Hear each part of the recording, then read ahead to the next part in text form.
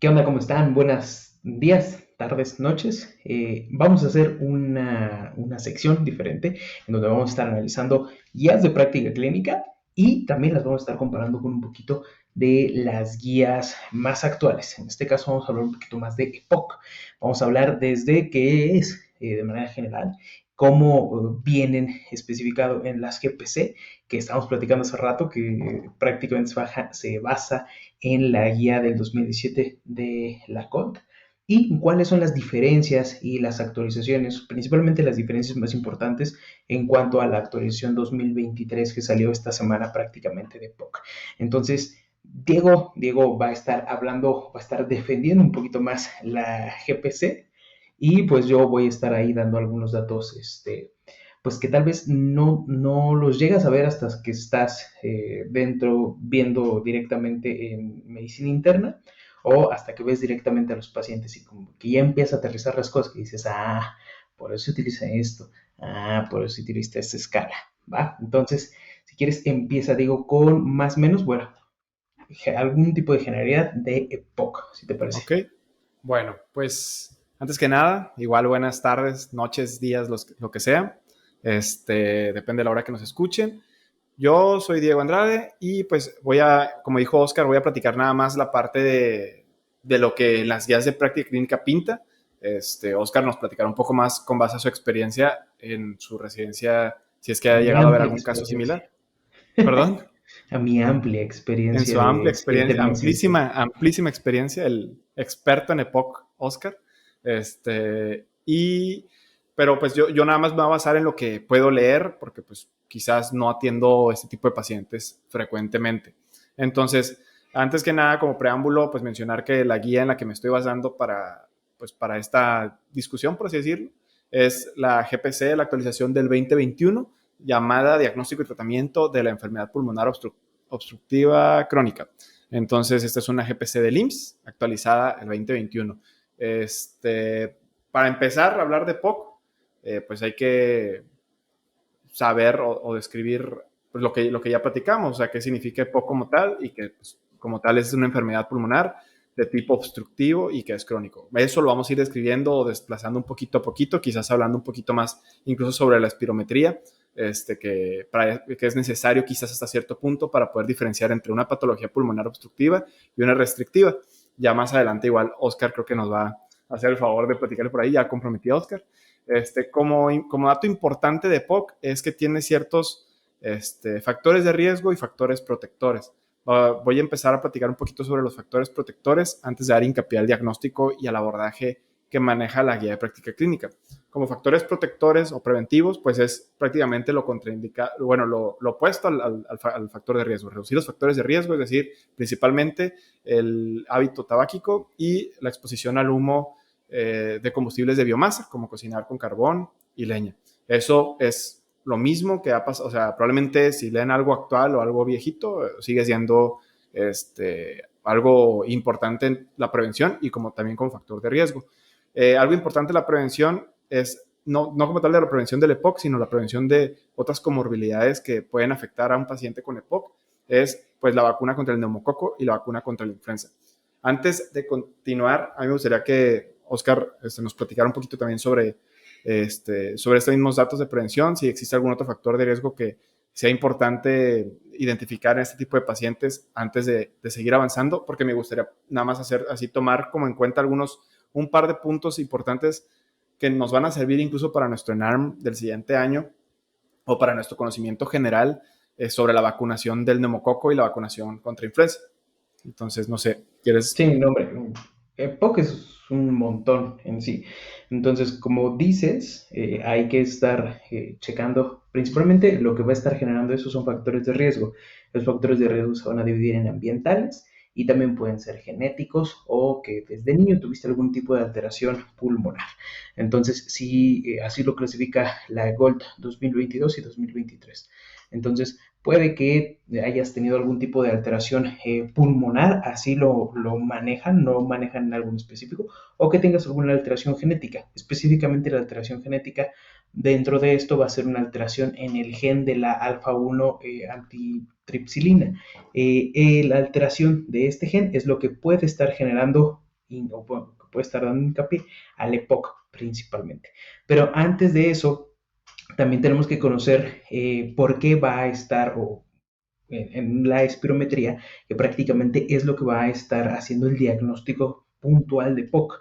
Pero para hablar de ello tenemos que saber por qué baja la BEF1. Acuérdense que en la espirometría tenemos una BEF1 y tenemos la CBF o BFC, y con base en la relación que vamos a estar teniendo con ello es como se va a diagnosticar el EPOC. Ahora, la guía GOLD 2023 marca que se debe de sospechar en EPOC en todo paciente que tenga tos de más de 2 meses, o sea, que dure más de 3 ocasiones en un mes, y que sea crónica. También crónica la considera como un año. Considerando eso, debemos de estar considerándolo como una bronquitis crónica. Y la bronquitis crónica va a ser eso, una tos productiva de más de 3 meses en 2 años consecutivos. Y esa es como que la definición viejita o la clásica, por así decirlo. Acuérdense que también en el EPOC tenemos destrucción del parénquima pulmonar, en donde tenemos formación de enfisema, que puede ser centroacinar o panacinar, y que se va a ver muy claramente en una tomografía de tórax. Entonces, prácticamente con ello, pues se puede abordar de manera inicial eso. ¿Por qué baja una BEF1? Porque pues es un paciente que tiene inflamación crónica. Un paciente que tiene inflamación crónica, vamos a tener un aumento de los macrófagos, y esto va a tener un desequilibrio pues prácticamente a nivel de las enzimas. Esto va a hacer que las vías aéreas centrales aumenten las glándulas secretoras y también las glándulas o las células caliciformes. Y posteriormente las vías periféricas vamos a tener una inflamación de los bronquios que va a aumentar el colágeno y toda este tejido cicatricial que se va a formar en los pulmones, lo que va a generar una obstrucción permanente prácticamente. Entonces, en sí, por ejemplo, la guía GOLD estadifica de diferentes maneras, que ya son como que muy diferentes. Yo no las había leído y que son nuevas, que lo puede estadificar como EPOC Aquí me temprano. gustaría, Oscar, antes de irnos a las clasificaciones, platicarte ahorita que mencionaste ya como el abordaje diagnóstico, tal cual como como el que viene en las guías o el que está estipulado en las guías, es muy similar, de hecho, al que viene en las guías de práctica clínica mexicana.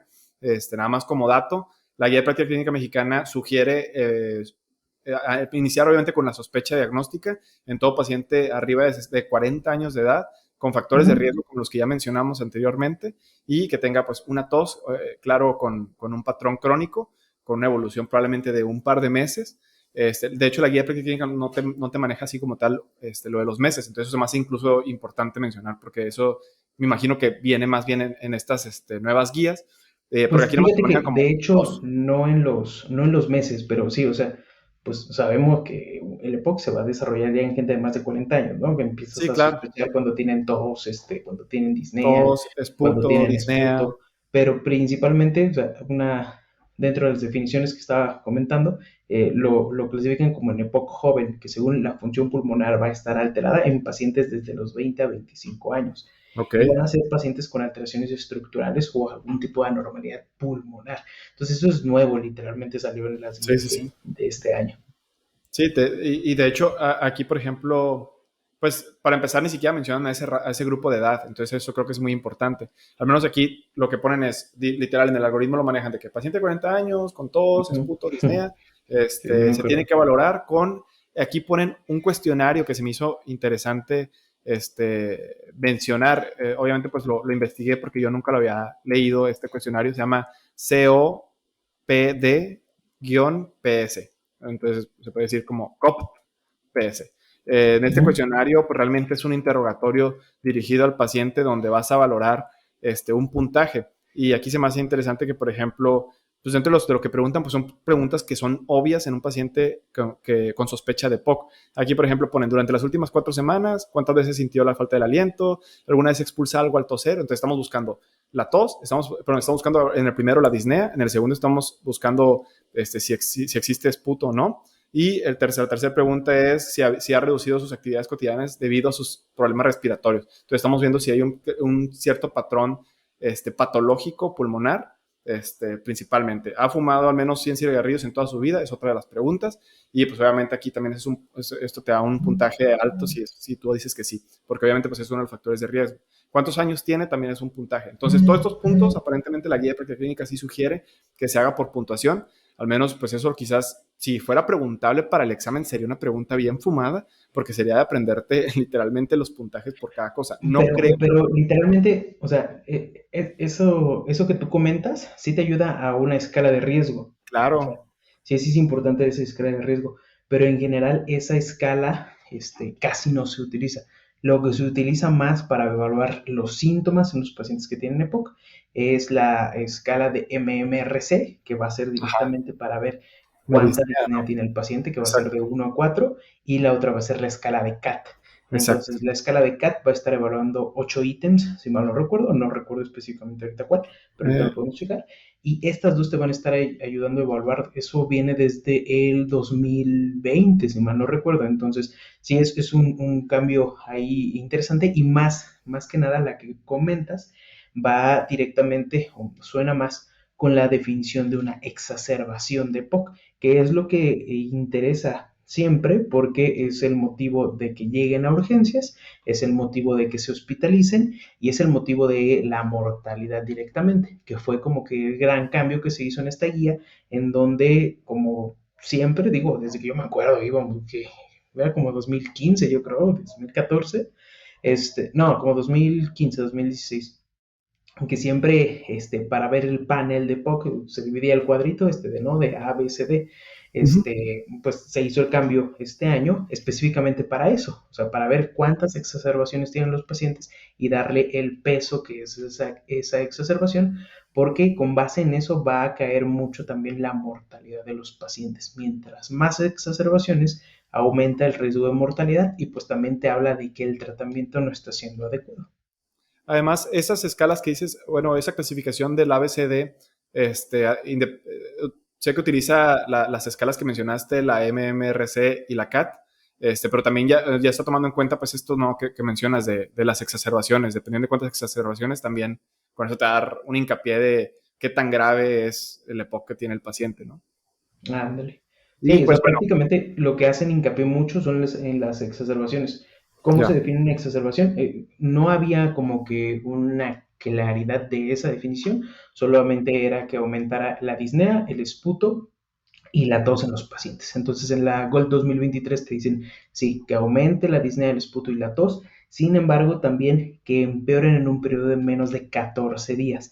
Y siempre se va a estar evaluando con diferentes escalas. Entonces, Ok. es un punto importante que aquí sí ya hacen ese corte, ¿no? Menos de 14 días aumentando con esos síntomas, es pues prácticamente, te va a estar definiendo una exacerbación y la escala con la que se va a estar clasificando la exacerbación va a ser la escala de Antonisen, que yo en mi Exacto. perra vida había escuchado el Antonisen hasta que llegué acá Sí. a los bajos mundos de medicina interna. Entonces ya que escuchas, Antonisen, ¿qué? Antonisen 1, 2 y 3.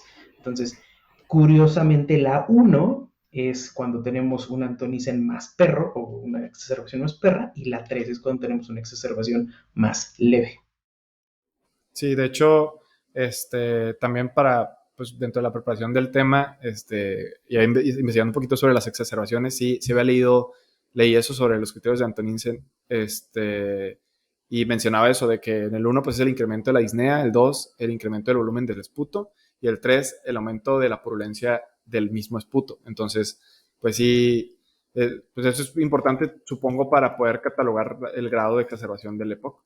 Pero ahora, regresando al diagnóstico, una vez que tienes la sospecha diagnóstica de POC, como bien mencionaste, la espirometría pues es el pilar fundamental, incluso mencionada en la guía de práctica clínica como estándar de oro diagnóstico.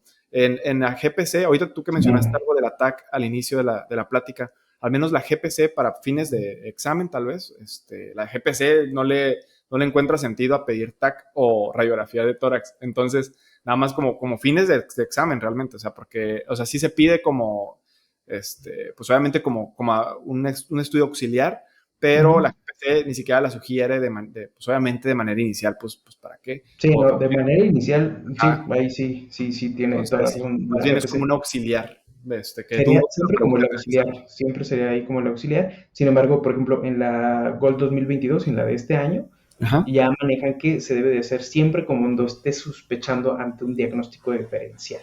o cuando quieras buscar una terapia con una válvula endobronquial, que ya está muy cabrón, eso Ah, que ok, ya es prácticamente como de un otras, subespecialista. otra Lo que conversación. sí, lo que sí se pide siempre es una radiografía de tórax. ¿Por qué? Porque eso te va a ayudar a, por ejemplo, hacer tal vez algún tipo de diagnóstico diferencial con alguna patología pulmonar directamente, te va a hacer tal vez pensar un poquito en diagnóstico diferencial con una enfermedad cardíaca. Un paciente puede tener enfermedad cardíaca o falla cardíaca y EPOC, sí, también. Pero, por ejemplo, los cambios característicos de una radiografía de tórax, que era con lo que me atoraban otra vez en el pase, es que vamos a tener un paciente que tiene un diafragma aplanado o abatido, o sea, tenemos el diafragma muy abajo, el aumento del espacio retroesternal, se van a ver datos de Ok. bronquiectasia, se va a ver una hiperclaridad o una hiperlucidez pulmonar, aumento de la trama bronquioalveolar, que acuérdense que este aumento de la trama broncoalveolar va a hacer que tenemos los dos pulmones y vamos a estar dividiendo vamos a hacer dos líneas y vamos a tener tres espacios, entonces más de dos espacios es el aumento de la trama broncoalveolar. Y pues otro dato serían las costillas, los arcos costales que se van a estar encontrando horizontalizados. Acuérdense que van a ser pacientes que van a estar reteniendo oxígeno, que van a estar reteniendo pues más aire dentro de los pulmones y que no lo van a poder sacar completamente. Por eso vamos a tener una alteración de la BEF1 y de la FBC, que eso ya es como lo comentas, pues nos va a estar dando entonces. Ahí me gustaría tocar ese tema para aquel médico general o pasante o lo que sea que no sepa sobre esta FEB1 y la CBF. Sí mencionaste que son tal cual, nada más pues platicarles al menos como yo lo entendí cuando yo me puse a estudiar este tema. Tal vez les pueda servir a ustedes para ese repaso y pues para entender si es que no habían entendido a la espirometría antes, pues mínimo les ayude como de alguna manera a repasar. No es para que aquí aprendan un tema, de aquí se van a ir a estudiar o a repasar cosas que quizás como que les quedaron dudas o algo parecido, pero sí, es como importante mencionar, al menos pues la FEB1 como tal, como bien lo describiste, pues es el volumen respiratorio forzado en el primer segundo, por eso se llama FEB1. Entonces, tú le pides al paciente que inspire profundo, va a llevar a su capacidad máxima inspiratoria y luego con esa misma capacidad máxima inspiratoria tú le vas a pedir le vas a exigir la Saque. capacidad máxima expiratoria, pero Uh-huh. hay una fracción o un volumen que tú expiras en tu primer segundo, que ese es el FEB1. Entonces, se supone que tú alcanzas a expirar todavía un poquito más después del primer segundo. Eso es lo normal, se puede decir, pero ya es muy poquito, porque en el primer segundo, en una expiración forzada, casi sacas todo. Eso es súper importante. Se supone que al ser una patología pulmonar obstructiva, va a tener la condición de que la FEB1 va a ser menos del 80% de la normalidad. Al menos como lo que yo leí, puede variar quizás dependiendo de la bibliografía, pero al menos lo que yo había leído es que si es menos del 80% de la normalidad en la FEB1, es decir, del volumen que tú expiras en un segundo, en tu primer segundo después de la expiración forzada, entonces tienes que sospechar una patología obstructiva, perdón, que impide al pulmón liberar ese oxígeno de adentro hacia afuera, como bien lo mencionaste, igual que incluso se ve en la misma placa de tórax. Entonces, eso es bien importante porque, pues, obviamente, si tú tienes una FEB1 baja o con un porcentaje menos del 80%, pues claro que pues, empiezas a sospechar como un patrón obstructivo y empiezas a sospechar patologías obstructivas. Y ahí es cuando tienes que pues también valorar junto con la capacidad vital forzada, la cual yo entendí como la capacidad que tiene el pulmón de expiración o el volumen total que expira el pulmón en una expiración forzada, o sea, al final de una expiración forzada. Entonces, digamos que mi expiración forzada duró 5 segundos. En mi primer segundo expiré, no sé, vamos a inventar 4 litros. En mi primer segundo saqué 4 litros y en mi expiración forzada ya final expiré 5. Entonces, ok, hubo 1 litro ahí. Mi expiración, ¿qué significa? Que, o sea, todavía alcanzó a sacar un poquito al finalizar mi expiración o el volumen final, pues siguió siendo un poquito mayor, si le sumamos ese poquito volumen que me quedaba. Entonces, esa capacidad vital forzada también es importante porque vamos a ver qué tanto termina por expirar el paciente al finalizar su expiración forzada. No sé si estoy en lo correcto, o sea, igual si estoy mal, pues corrígeme, güey. Sí, Yo no, sí no, sí, sí, está bien entendido y bien digerido ese punto. Prácticamente, digo, de manera muy general, la espirometría se va a estar dedicando a ser un neumólogo específicamente, o igual un médico internista, pero sí ya es algo que tiene que ser muy puntual, que tiene, que igual lo pone en la guía, con puntos pues con datos muy puntuales de cómo prepararlo antes, cómo prepararlo durante y cómo interpretarlo después. Creo que lo que sí te faltó es lo ideal, o sea, que sí, tal vez no lo van a ver, o sea, si son makers generales o así, pero sí, o sea, sí, con eso se los van a atorar en donde ustedes quieran. ¿Cuál es el resultado de EPOC? Que ya te voy a estar hablando que el paciente tiene EPOC, una índice o un ratio BEF1 FBC de menos de 0.7. O sea, eso ya es este Sí, diagnóstico de EPOC, obviamente, con toda la clínica que ya estuvimos platicando. Y pues ya nada más para estar aprovechando los últimos 5 minutos, porque tampoco me gustaría que estar hablando aquí con esto, pues tanto tiempo para aburrirlos prácticamente, porque sé que en un punto es un poco pesado. Prácticamente de los tratamientos que se van a estar utilizando van a ser agonistas beta 2 que pueden ser de acción corta y de acción larga. Acuérdense que los agonistas beta 2 van a ser broncodilatadores que van a aumentar eso que decía Diego específicamente, van a aumentar el BEF1, o sea, en el primer segundo, y que van a estar regulando o previendo los síntomas, van a estar ayudando a relajar el músculo liso y van a estar estimulando los receptores adrenérgicos beta 2, aumentan el AMP cíclico y antagonizan la broncoconstricción. De la acción corta prácticamente tenemos el salbutamol que todos conocemos, pero pues, o sea, si les llegan a decir como a mí me han dicho así para chingar de, a ver, dime tres, mecanismo de acción, cuánto duran, dónde se producen y dónde se sintetizan, cuáles son las marcas, cuáles, o sea, tampoco. Pero para que les dé un poquito, pues uno puede ser salbutamol, que dura de 4 a 6 horas, levalbuterol de 6 a 8 horas y fenoterol, que igual dura de 4 a 6 horas prácticamente.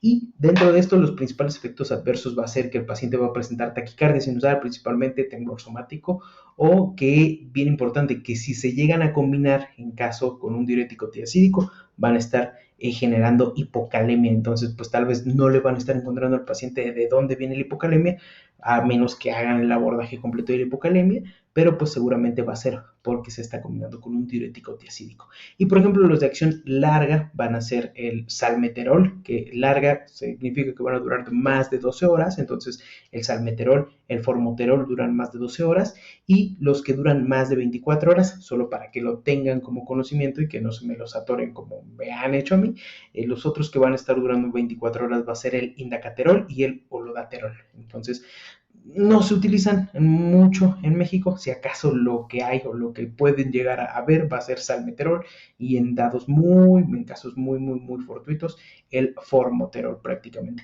El efecto adverso es prácticamente el mismo de esto. aquí, al menos en la guía de práctica clínica, sí refieren ese tipo de medicamentos, agonistas beta, para cierto tipo de pacientes, pero también mencionan a los antagonistas muscarínicos de larga duración y ese rollo. No sé si esos, como el tiotropio, sí se utilizan Sí, hacen normalmente. un parote, güey. Sí.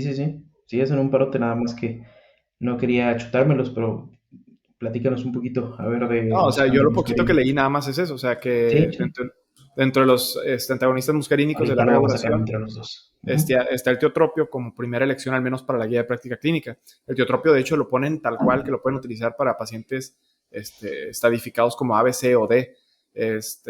Al menos para el A, sí ponen como tiotropio casi de primera elección y junto con, pues quizás un agonista beta 2 adrenérgico de acción corta como el salbutamol. Entonces, pues sí, al menos el tiotropio sí es como que lo mencionan un chorro, pero sí dije, ah, caray, ¿y este qué onda? O sea, no sé si en la práctica clínica sí se utiliza Sí, un chingo, seguido güey. para... Y pues me imagino que también los corticoides inhalados como coadyuvante en algunos casos, Sí, o más severos más sí, bien. ajá, o sea, sí, pero fíjate que los corticoides inhalados uno pensaría que se pueden utilizar en cualquier dato y de hecho no, se deben de estar utilizando nada más cuando tenemos algún tipo de, cuando tenemos aumento en los neutrófilos, si mal no recuerdo, de más de 300, perdón, en los eosinófilos. Entonces, cuando tenemos eosinofilia de más de 300 células por microlitro, es una indicación, sí, de hecho las guías desde el 2022 así te lo ponen como una indicación fuerte. Entonces, si quieres, nos vamos a ir como un poquito por orden. Los Ok. antimuscarínicos, o bueno, más bien los anticolinérgicos, van a estar bloqueando el efecto broncoconstrictor de la acetilcolina en receptores M3 principalmente. También pueden ser en M2. Y estos se van a estar dividiendo también en dos. Acuérdense que los otros iban a ser lava y también iban a ser Saba, ¿no? Saba los de short y lava los long. Y de esta manera también va a ser la misma como terminología, pero aquí va a ser Sama, que van a ser short muscarín, y Lama, Lipotropio. que serían long muscarín. Entonces, los Saba prácticamente van a estar generando el bloqueo del receptor M2 y vamos a tener dos principalmente. El bromuro de hipatropio o hipratropio, que seguramente lo han visto un montón. Creo que la marca es Ceretide. No nos patrocina ninguna marca, pero si se quieren patrocinar, aquí lo pueden hacer. Y este va a tener una duración de 6 a 8 horas. ¿Qué va a hacer? Va a estar potenciando el efecto y va a estar también mejorando directamente la recaída bueno, va a estar disminuyendo desde exacerbaciones, va a estar mejorando la BF1, pero ahorita hablamos un poquito más de ello. Y el otro va a ser el bromuro de oxitropio, que casi no se usa, o que más bien no sé si hay en México realmente. Entonces lo que utilizamos de short, o sea, Sama, sería el hipratropio, el bromuro de hipratropio, que va a estar combinado con un salmeterol, me parece. Y el long, que sería el lama, va a ser justamente el que tú dices, el tiotropio. Entonces el tiotropio va a estar actuando de acción prolongada porque va a estar actuando sobre los receptores muscarínicos M3 y M2 y va a ser prolongada porque va a estar durando hasta 24 horas. Dentro de los LAMA también pueden encontrar varios como el glicopirrolato, el bromuro de aclidinium, el bromuro de glicopirronium, un montón, pero seguramente no los van a escuchar, no los he escuchado, los he visto, pero por si alguna vez alguien se los quiere atorar con eso. Prácticamente lo que tú mencionas es muy cierto. Los tratamientos que se llevan a cabo con tiotropio van a estar mejorando tanto los síntomas, según las guías del 2023, como el estado de salud, van a estar mejorando la rehabilitación pulmonar de los pacientes. La rehabilitación pulmonar se va a estar indicando en pacientes hospitalizados y va a estar reduciendo las exacerbaciones y las hospitalizaciones. Entonces es una gran terapia lo que tú mencionas y pues en ese punto sí, la guía, aunque pues ya del 2017, pero sí se encuentra pues en lo correcto en eso. Sí, correcto. Sí, pues entonces prácticamente no ha variado tanto esa parte del manejo. Como bien mencionaste, pues aunque la guía de la GPC es del 2021, pues prácticamente se basa un chorro del Gold del 2017, que creo que tengo entendido que era la última actualización hasta apenas que la actualizaron, ¿no? Para el 2023. Sí, no, de hecho, o sea, creo que sale vato, o sea, yo acababa de resumir, no tendrá como una semana que acaba de resumir la del 2022 y de hecho tengo una clase de EPOC que me ensartaron mis compañeros residentes, muchas gracias, un saludo, ojetillos. Tengo la clase de EPOC y de hecho la estaba preparando, yo tenía toda la guía 2022 resumida, dije, ah, güey, ya chingue, sale justo antier la 2023, o sea, ¿sabes a dónde quise aventar la computadora? Güey, o sea, así no se puede, güey. De verdad, así no Pues se no, puede. no, me imagino, güey, tu frustración. Pero bueno, Sí, yo no, creo hombre. que, pues en general creo que dimos las cosas más importantes, aparentemente. A Sí, mí me gustaría, antes de claves. terminar, nada más mencionar Dale. un poquito así de rápido sobre las dos vacunas que había platicado al inicio. La neumocócica conjugada, rapidísimo, o sea, obviamente al final de todo no es parte como tal directamente de POC, pero para que nos vayamos con una No, cosita vatos, extra sí son bien para la gente. importantes. Dale. Entonces, tenemos la vacuna antineumocócica de 13 serotipos, la cual se aplica en niños, que pues obviamente aquí pues nada que ver con la época de edad, pero bueno, para que lo sepamos, esta se aplica a los 2, 4 y 12 meses de edad. Fíjate, no tanto o sea, eso que dices es importante.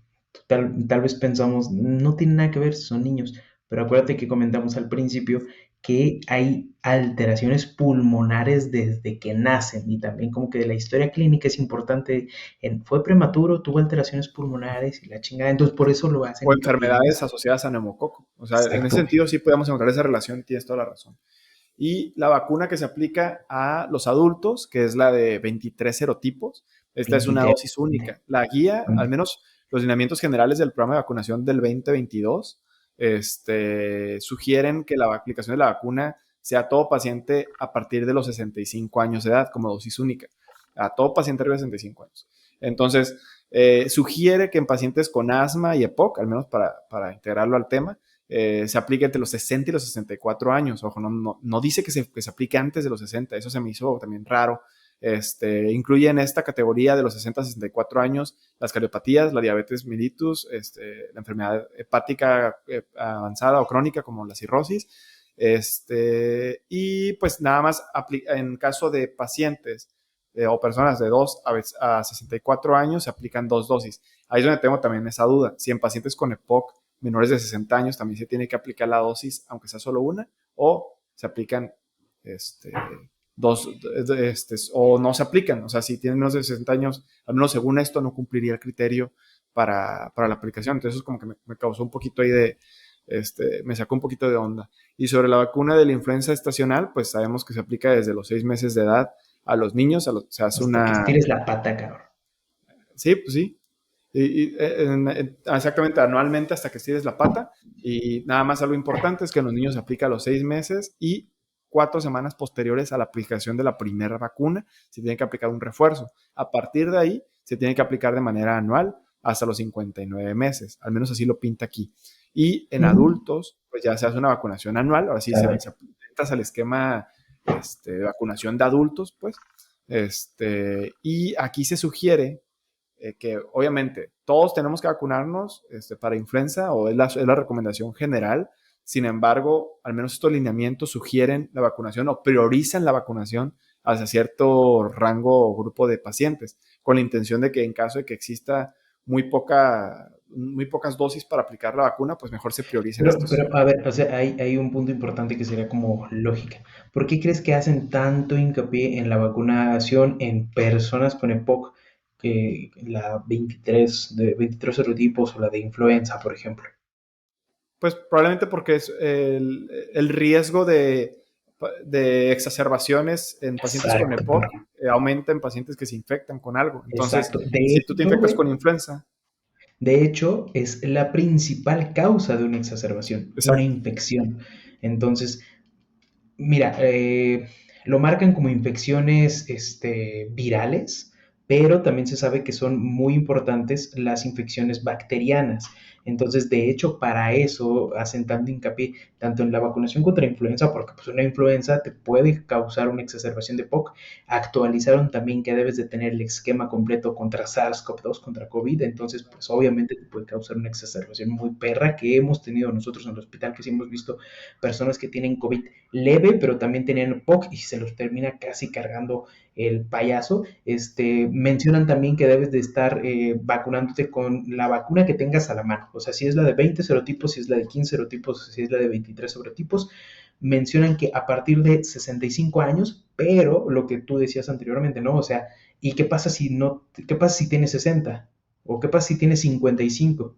Pero aquí, como es otra cosa, ¿no? ¿Qué pasa si tiene 65? ¿Y qué pasa si ya tiene datos de POC? Pero no tiene una espirometría? Entonces, si tiene 50 años, pero el vato fumó, tiene un índice tabáquico de 100 y dejó de fumar hace 3 años o sigue fumando, pues vacúnalo mejor porque Sí, claro. seguramente tiene POC. Y eso va a exacerbar y va a hacer que tenga una exacerbación, una hospitalización y que al rato tenga un peor pronóstico y un índice de mortalidad más alto.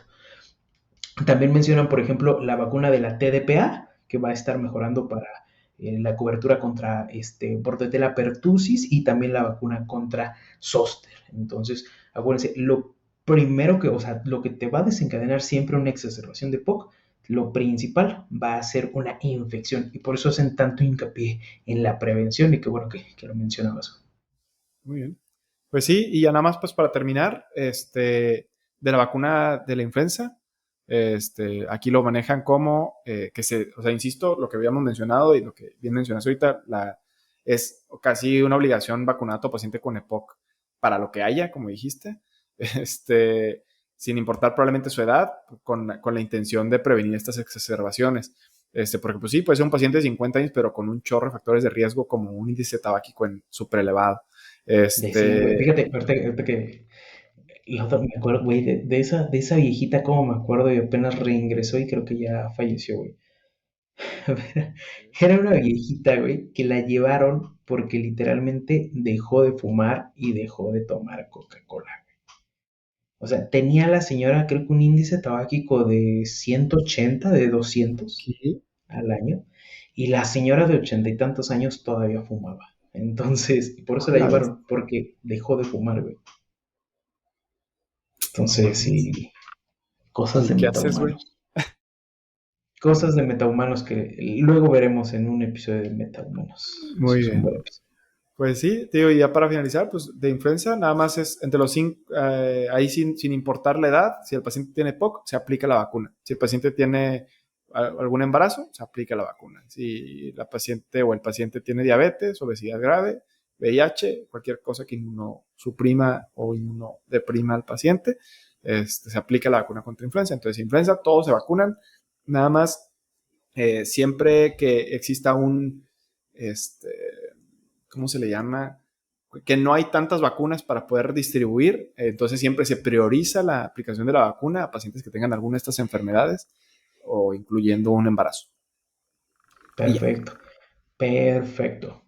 Entonces, hasta aquí vamos a dejar el tema de EPOC. Entonces, estuvimos comparando el EPOC más o menos con las guías de 2022, 2023 y en esta ocasión, pues también Diego con lo que estuvo checando de la guía de la GPC mexicana. Entonces, sí, hay algunos puntos importantes como diferenciar. Principalmente es eso, el peso que se le da a las exacerbaciones a partir del 2023 y el cambio que ya se hace en el PAN, que sería A, B y E. Eso es bien, bien importante. Ya no sería el ABCD. ¿Vale? Entonces, muchas gracias por escucharnos y pues, Diego, ¿algo quieres decir? Sí, pues muchas gracias por escuchar, que igual estamos abiertos a propuestas de hacer un tema similar, o más de una dinámica similar con algún otro tema que proponga la gente. Entonces, pues muchas gracias por invitarme, güey. Estoy muy feliz de estar aquí contigo. Perfecto, ya estás. Nos estamos escuchando en el siguiente episodio. Ya quedó. Nos vemos.